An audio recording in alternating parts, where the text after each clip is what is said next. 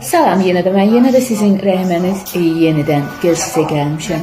Deyirlər, aşıq olmaq gözəl hisdir. Amma əsas odur ki, nakam eşqlərdən olmasın. Bəs aşıq olduğunu necə hiss edərsən?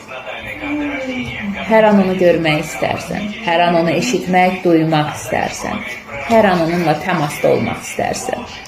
Onun adı gəldikdə, adı səsləndikdə, üzündə yüngül bir gülüş, təbəssüm əmələ gələr.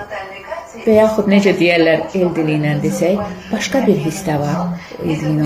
Sanki qarnında, mədəndə, qarın nahiyəndə kəpənəklər uçar. Yüngül belə kəpənək uçuşları olar.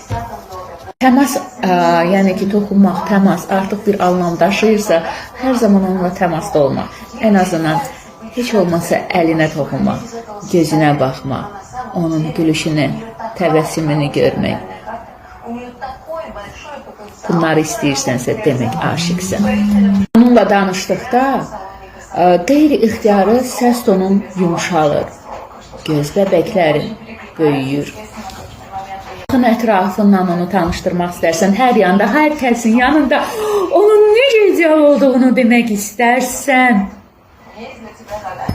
enerjin yüksəlirsə, hətta bir an onun adını eşitdikdə, üzünü gördükdə belə, keçmişi unudub indi ilə yaşamağa çalışırsansa, demək sən aşıqsən. Gələcəklə əlaqəli artıq xəyallar qurursansa, bütün bunlar səndə varsa, demək artıq aşıq olmuşsun.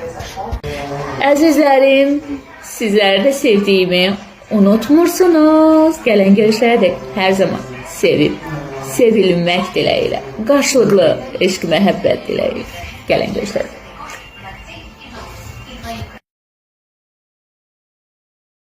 Mənim aşkım. Can, bu da mənim aşkım. Aşkım, həyatımın aşkı, bu da Səlim.